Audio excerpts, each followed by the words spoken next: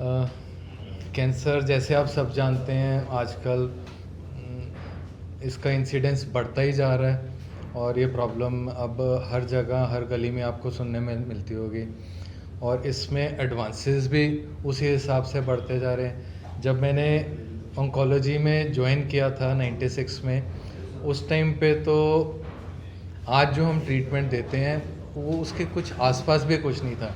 ज़्यादातर लोगों को जवाब दिया जाता था और कुछ स्टेज 1-2 वाले पेशेंट जो होते थे उनका अच्छा इलाज होता था, ठीक होते थे, और ज़्यादातर हमारी कंट्री में स्टेज 4 वाले पेशेंट्स आते हैं।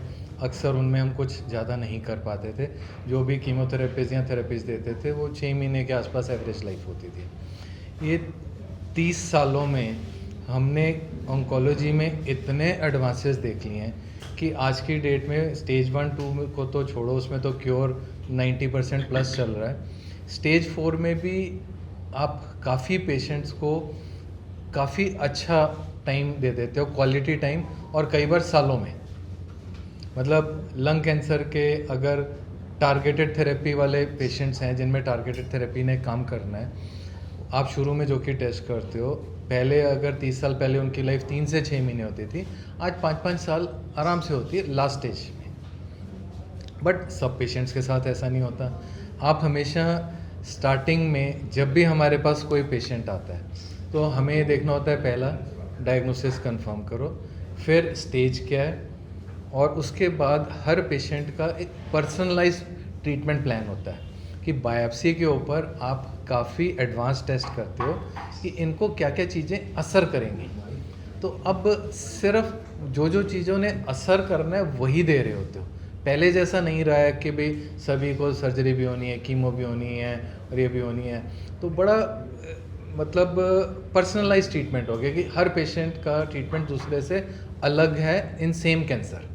आज की डेट में नया यही है कि एकदम टेलर मेकिंग ऑफ ट्रीटमेंट होता है, भाई उन्हीं के नाप की ट्रीटमेंट जिस तरह होनी चाहिए। तो जो पेशेंट हमारे पास आएगा, स्टार्टिंग में सर्जरी हो सकती नहीं हो सकती, सर्जरीज का ये बताएंगे। कई बार आप कोई सर्जरी हो सकती है लेकिन पेशेंट बोलता है कि हमारा ऑर्गन कंजर्व करो, तो फिर उसमें क्या पहले करना है कि ब्रेस्ट है या ब्लैडर है या हेड एंड नेक है, इनमें ऑर्गन कंजर्वेशन एक बड़ी इंपॉर्टेंट चीज़ होती है। तो अगर क्योर को भी अचीव करना है, ऑर्गन भी कंजर्व करना है, तो किस ढंग से चलना है। तो ये सारी हम लोग ना शुरू में ही पेशेंट को डिटेल में दे के हम प्रॉपर मीटिंग करते हैं कि ऐसा क्या करें कि रिज़ल्ट भी आपका अचीव हो और ऑर्गन भी कंजर्व हो। फिर नेक्स्ट स्टेप आता है कि हाँ, इस स्पेसिफिक पेशेंट में ऑर्गन कंजर्वेशन या ये भी हो गया, वो एक पर्टिकुलर स्टेज है, थोड़ा एडवांस है, तो आप क्या क्या कर सकते हो, इसमें कैसे आप क्योर बढ़ा सकते हो।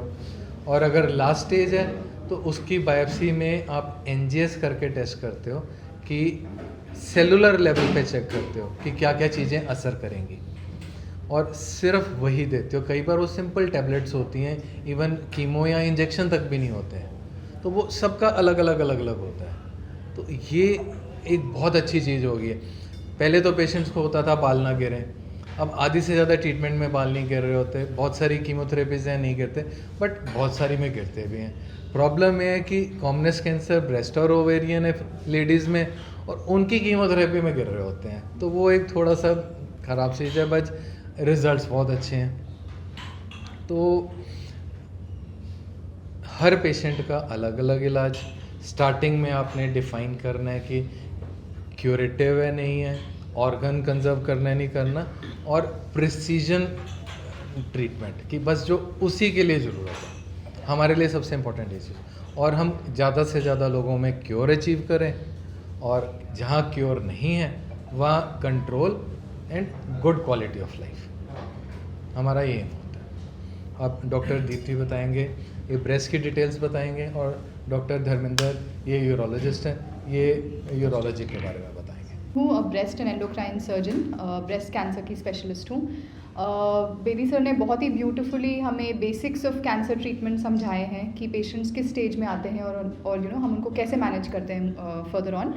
Today I am here to increase the awareness. मैं थोड़ा सा इस टॉपिक के बारे में खुल के बात करना चाहती हूँ। Breast health and breast cancer एक ऐसी चीज़ है जिसके बारे में लेडीज़ बहुत ज़्यादा खुल के बात नहीं करती, थोड़ी सी शर्म एसोसिएटेड है, little bit of taboo, people are not very comfortable. तो जब हम इसके बारे में खुल के बात करेंगे, अवेयरनेस बढ़ाएंगे, तभी लेडीज़ आगे आके अपनी प्रॉब्लम्स के बारे में हमें बताएंगी। सो आज हम थोड़ा सा देखेंगे कि ब्रेस्ट कैंसर होता क्या है और उसके कॉमन साइंस एंड सिम्टम्स क्या होते हैं जो हम सबको पता होने चाहिए। सो breast cancer is a cancer of the breast. Usually वो ब्रेस्ट एंड अंडर आर्म्स में ही लिमिटेड होता है। कभी कभी स्टेज 4 में जब वो फैलता है तो शरीर में commonly bones, lungs, brain and liver में जा सकता है। जैसे सर ने बताया, breast cancer is the most common cancer amongst women in India. What are the signs, मतलब ये कौन से सिम्टम्स हैं जो लेडी को पता होने चाहिए टू डिटेक्ट हर breast cancer. Most of the times lady अपना कैंसर खुद डिटेक्ट करती है by means of a self breast examination. मतलब जब औरत अपने ब्रेस्ट को रेगुलरली खुद एग्जामिन करते रहेगी महीने में 1-2 बार, तभी उसको समझ में आएगा कि ब्रेस्ट नॉर्मली कैसे फील होता है। And if it all this any change, then सबसे पहले वही पिकअप कर पाएंगे कि नहीं, यहाँ पे तो कुछ गांठ जैसी फील हो रही है, निपल में कोई चेंज आया है, यहाँ पे ये स्किन तो ऐसी नहीं थी, थोड़ा सा चेंज लग रहा है, कलर में कोई चेंज है, जा नहीं जाता, वो अंडर आर्म्स में फैल के वहाँ पे एक गांठ बना देता है। तो कई बार लेडी आके कहती है कि जी ब्रेस्ट में तो कुछ नहीं है, अंडर आर्म में एक गांठ बनी हुई है। तो लंप हमें पता होना चाहिए ब्रेस्ट में भी और अंडर आर्म्स में भी। सेकेंडली, ब्रेस्ट की स्किन में कोई चेंजेस आना, स्किन मतलब चमड़ी थिक हो जाना, कई बार वो संतरे के छिलके जैसी लगने लगती है, कलर चेंज हो जाता है, छोटे छोटे डॉट्स बन जाते हैं स्किन पे, कई बार स्किन अंदर की तरफ घुस जाती है। निपल में कई बार चेंजेस आते हैं, निपल के अराउंड रैशेस हो जाते हैं, निपल से खून या पानी गिरना या फिर निपल का अंदर घुस जाना। कई बार लेडीज़ को बचपन से निपल रिट्रैक्शन होता है, वो कैंसर का साइन नहीं होता। अगर निपल नॉर्मल है एंड 1-2 महीने में आपने नोटिस किया है कि वो अंदर की तरफ घुस गई है, that can be a sign of malignancy. Then change in the size और शेप ऑफ द ब्रेस्ट, मतलब कि थोड़ा बहुत एसिमेट्री ब्रेस्ट में नॉर्मल होती है, उसका मतलब ये नहीं है कि लेडी को कैंसर है। बट अगर एकदम से कोई एक ब्रेस्ट साइज़ में बड़ा हो रहा है, मतलब उसके अंदर एक गांठ है जो रैपिडली ग्रो कर रही है जिसकी वजह से साइज़ चेंज हो रहा है, या फिर अगर ब्रेस्ट एकदम से श्रिंक किया है, किसी एक तरफ को पुल हो गया है, मतलब अंदर कोई गांठ है जो उसको खींच रही है। So a sudden change in size और shape of the breast is also a sign of breast cancer. So mainly हो गई गांठ ब्रेस्ट में, अंडर आर्म्स में, ब्रेस्ट की स्किन में कोई चेंज, निपल में कोई change either in the form of a rash, खुजली होना, डिस्चार्ज निकलना, या फिर निपल का अंदर धंस जाना, या फिर ब्रेस्ट के साइज़ एंड शेप में सडन चेंजेस होना। तो जब कोई लेडी डिटेक्ट करती है कि उसके ब्रेस्ट में कोई चेंज है ऐसा, तो वो usually whenever she goes to a doctor, हम ट्रिपल असेसमेंट करते हैं। ट्रिपल असेसमेंट मतलब 3 तरह की जांच को हम कंप्लीट मानते हैं। कंप्लीट असेसमेंट पहली चीज़ होती है जहाँ पे हम एग्जामिन करते हैं, जो सर्जन है, जो डॉक्टर है, वो लेडी को एग्जामिन करता है और बताता है कि ठीक है, आपको ऐसे ऐसे गांठ है या निपल में ऐसा चेंज है। सेकेंड चीज़ होती है इमेजिंग। इमेजिंग मतलब हम एक टेस्ट करके देखते हैं to be able to see what the problem is, right, visually. So that can be in the form of an ultrasound, जो बहुत ही कॉमनली अवेलेबल है, कोई रेडिएशन इन्वॉल्व नहीं होता, बहुत ही सेफली किया जा सकता है। सेकेंड चीज़ होती है मोस्ट कॉमनली मैमोग्राम। मैमोग्राम हम कराते हैं आफ्टर द एज ऑफ 40। उसमें रेडिएशन इन्वॉल्व होता है बट वो बहुत मिनिमल रेडिएशन होता है, उससे कैंसर का कोई रिस्क नहीं होता। थर्ड थिंग होती है MRI। MRI बहुत सिलेक्टिव सिचुएशंस में हम करवाते हैं। अगर हमें डायग्नोसिस में डाउट है या फिर हम अल्ट्रासाउंड मैमो के बेसिस पे नहीं हम सहमत नहीं है with our diagnosis, then we get an MRI done. और इन हाई रिस्क इंडिविजुअल्स जिनको जेनेटिक कैंसर होने के चांसेस ज़्यादा हैं, उनकी स्क्रीनिंग के लिए हम MRI कराते हैं। तो ये हमारी सेकेंड इमेजिंग हो गई। जो तीसरा विभाग होता है ट्रिपल असेसमेंट का, दैट इज़ अ सुई की जाँच। तो वो इन द फॉर्म ऑफ या तो FNAC हो सकती है, जो पतली सुई की जांच है, जो आज के ज़माने में थोड़ी ऑब्सोलीट हो रखी है, उसका इंडिकेशन नहीं है। जो दूसरी चीज़ होती है मोटी सुई की जांच, जिसको हम बायोप्सी कहते हैं, that is very very important. अब कई बार लोग बायोप्सी नहीं कराते डर के कि बायोप्सी कराने से कैंसर फैल जाएगा, या अगर आप कैंसर में सुई घुसाएंगे या कैंसर में कट लगाएंगे तो उससे कैंसर फैल जाएगा, इस कारण लोग बायोप्सी नहीं कराते, which is a very big misconception. ऐसा बिल्कुल नहीं होता है। बायोप्सी कराना is completely safe and in fact very essential to diagnosis, right. So these are some of the ways in which हम इवेल्युएट करते हैं। जब हमारे पास सारी इमेजिंग कंप्लीट होती है, बायोप्सी कंप्लीट होती है, तभी जाके हम डिसाइड करते हैं कि पेशेंट को किस तरह का कैंसर है या नहीं, किस प्रकार का कैंसर है, ट्यूमर बायोलॉजी कैसी है, एंड देन हम आगे ट्रीटमेंट के साथ प्रोसीड करते हैं। सो इसका take home message would just be कि अगर आपके ब्रेस्ट में कुछ भी अबनॉर्मल है, कोई भी साइंस या सिम्टम्स हैं जो मैंने आपको बताए, तो तुरंत अपने डॉक्टर को रिपोर्ट करें। रेगुलरली महीने में 1-2 बार अपना ब्रेस्ट एग्जामिन करते रहें, जिससे कि कुछ भी अबनॉर्मल हो तो सबसे पहले आप उसको पिकअप कर पाएँ। And timely detection and testing, जैसे सर ने बताया स्टेज 1 एंड 2 में cure rates are very high, तो ऐसी बीमारी जो स्टेज 1 एंड 2 में कम्प्लीटली ट्रीट हो सकती है वर्सेस स्टेज 4 में फिर वो अनकंट्रोलेबल हो जाती है, इट्स वेरी इंपॉर्टेंट कि हम उसको जल्द से जल्द अर्ली स्टेज में पकड़ें so that we get a good treatment for the same. Thank you. Over to doctor Dharmendra. So prostate cancer पुरुषों में होने वाला सबसे ज़्यादा कॉमन कैंसर है। आज की डेट में हमारी कंट्री में भी प्रोस्टेट कैंसर के जो इंसिडेंस रेट हैं, जो केसेस आ रहे हैं, वो काफ़ी ज़्यादा बढ़ते जा रहे हैं।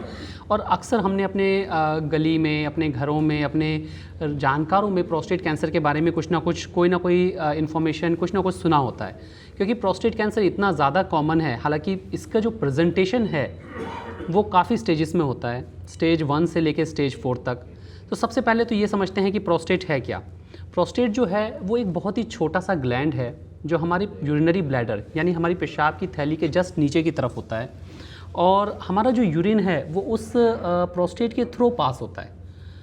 ये एक नॉर्मल ग्लैंड है जो हर पुरुष के अंदर होता है, बट एक एज के बाद धीरे धीरे करके इसका साइज़ बढ़ने लगता है, और जनरली 50 साल की उम्र के बाद इसमें कैंसर होने के यानी एबनॉर्मल ग्रोथ होने के चांसेस जो हैं वो बढ़ जाते हैं। प्रोस्टेट कैंसर का मुख्य कारण जो है वो हमारे हार्मोन की जो ग्रोथ है उसी को कहते हैं। एंड अगर इस ग्लैंड में कोई भी एसिम्प्टोमेटिक या कोई भी ग्रोथ, कोई भी कैंसरस सेल्स डेवलप होते हैं तो उसको हम प्रोस्टेट कैंसर की श्रेणी में या कैटेगरी में रखते हैं। मोस्ट ऑफ द टाइम 80% से ज़्यादा प्रोस्टेट कैंसर जो है वो एसिम्प्टोमेटिक होता है और ये एक स्लो ग्रोइंग डिसीज़ है। अगर इसमें कभी सिम्टम्स आते भी हैं तो यूरिन में ब्लड आना, यूरिन बार बार आना, रात में ज़्यादा उठना पड़ता हो, या फिर यूरिन का फ्लो कमज़ोर हो जाए, इस टाइप के सिम्टम्स जो हैं वो प्रोस्टेट कैंसर में भी आ सकते हैं। पर जैसा मैंने कहा, ये सिम्टम्स सिर्फ 20% केसेस के अंदर आते हैं। 80% से ज़्यादा लोगों को इसके कोई भी सिम्टम्स, कोई भी लक्षण हमें पता नहीं चलते। अर्ली डायग्नोसिस जो है वो बहुत ज़्यादा ज़रूरी है, क्योंकि अगर जैसे हम बात करते हैं किसी भी कैंसर का, अगर हम सही टाइम और सही स्टेज पे डायग्नोस कर लें तो उसका जो ट्रीटमेंट है वो बेस्ट ट्रीटमेंट ऑप्शंस में जा सकता है। एक बहुत ही सिंपल ब्लड टेस्ट है जिसका नाम है PSA, प्रोस्टेट स्पेसिफिक एंटीजन। ये इतना सिंपल है कि ये छोटे छोटे गाँवों में, कस्बों में आज की तारीख में हमारी कंट्री में हर जगह अवेलेबल है। ये जो PSA टेस्ट है ये हमारी मेडिकल एसोसिएशंस कहती हैं कि साल में एक बार हर व्यक्ति को जो 50 साल की उम्र क्रॉस कर चुके हैं उनको साल में एक बार ये टेस्ट ज़रूर करवाना चाहिए। PSA टेस्ट अगर हमारा एबनॉर्मल आता है तो वो हमें कैंसर की तरफ एक इंडिकेशन या एक साइन की तरह हमारे सामने आता है। इट डज़ नॉट मीन कि कैंसर है। सो अगर हम बात करें कि PSA ज़्यादा होने के क्या क्या कारण हो सकते हैं, 70 से 80% केसेस में अगर PSA हाई है तो हम प्रोस्टेट कैंसर की तरफ अपना सस्पिशन रखते हैं। बट बहुत बार अगर यूरिन में कोई इन्फेक्शन हुआ हो, प्रोस्टेट का साइज़ बहुत ज़्यादा बढ़ गया हो, यूरिन रुक गया हो, या कोई और प्रोस्टेट से रिलेटेड प्रॉब्लम हुई हो, तो उस केसेस में भी PSA बढ़ सकता है। अगर PSA ज़्यादा है तो हम फर्दर इन्वेस्टिगेशंस करते हैं, टेस्ट करते हैं, मल्टीपल टेस्ट हैं जिनसे हम आइडेंटिफाई करने की कोशिश करते हैं कि जो कारण है वो प्रोस्टेट कैंसर है या नहीं है। एक बहुत ही कॉमन क्वेश्चन है जो हमसे OPD में लोग पूछते हैं कि डॉक्टर साहब हाउ टू डिक्रीज़ PSA मेरा बढ़ा हुआ आया है, इसको मैं कम कैसे करूं। सो उनको मैं ये मैसेज देता हूं कि PSA जो है वो कैंसर नहीं करवाता।